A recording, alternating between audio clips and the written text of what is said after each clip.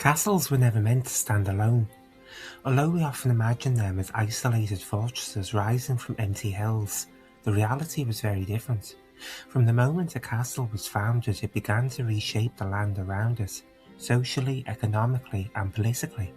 A castle was not just a military structure, it was a centre of gravity. Where a castle stood, people gathered. Where people gathered, trade followed. And where trade and authority met, towns were born. This episode is not about castles as weapons of war, we've already covered that. This is about what castles created, the roads, settlements, markets and power structures that still define Europe's cities today. My name is John and welcome to A Long Look.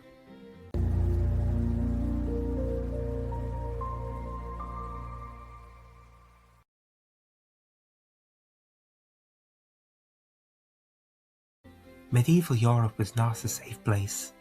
Raiding, banditry, private warfare between nobles and foreign invasion were all routine features of life. For peasants, craftsmen and merchants, survival depended less on isolation and more on proximity to protection. Castles provided that protection. Living near a castle meant armed defenders were nearby, refuge during raids, deterrence against smaller warbands, and access to authority and justice. In many regions, lords actively encouraged settlements near their castles, not out of charity, but because population meant income.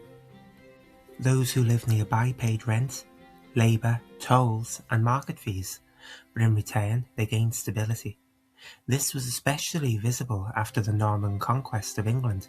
Motte and Bailey castles appeared rapidly, and settlements formed almost immediately beneath them. Warwick, Lincoln, York and Norwich would all be an example. In the Domesday Book of 1086, many towns are already described as dependent on nearby castles. The castle was not just shelter, it was the nucleus of a community. Castles were not merely military structures, they were administrative headquarters. From within their walls, lords held court, enforced law, collected rents and taxes, stored records and charters, and issued judgments and punishments. For ordinary people, this meant one thing: if you needed justice, permissions, or recognition, you went to the castle. This constant movement of people created demand, and this demand drove inns, taverns, stables, workshops, and lodging houses. Over time, temporary shelters became permanent buildings. Examples would be those such as Windsor, which grew alongside royal administration, Carnarvon, which was founded explicitly as an administration borough for Edward I, and Dover, which functioned as a fortress, port authority, and customs centre. The castle was the engine, the town was the output. Trade did not happen freely in the medieval world, it required permission. Lords granted market charters, legally authorising weekly markets or annual fairs. These charters were powerful economic tools. Markets meant guaranteed food traffic, regulated prices, toll collection, and protection from merchants. Castles provided enforcement. Once a market existed, specialists followed. You would have bakers, smiths, weavers, brewers, and money changers. This is how towns formed permanent street plans. An example of this would be in Warwick, which developed directly beneath its castle. In Edinburgh's Royal Mile, which connects the castle to the abbey and market. And in places like Carcassonne, which developed a lower town supporting its citadel. Many modern city centres still sit exactly where medieval markets once stood, because the castle put them there. Castles were almost never placed randomly, as we've said. They dominated the river crossings, valleys, mountain passes, coastal approaches, and major traffic routes. Once a castle existed, roads were redirected towards it. Bridges were built nearby, ferries were licensed, and tolls were charged. A merchant could rarely avoid passing a castle and paying for the privilege. Castles did not merely defend territory, they organised movement across it.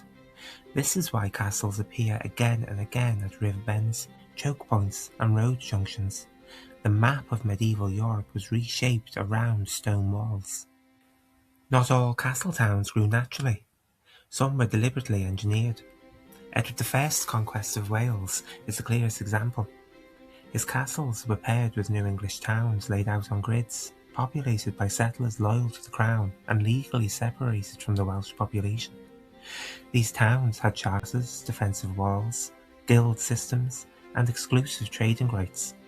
Examples of these would be Carnarvon, Conway, and Beaumaris.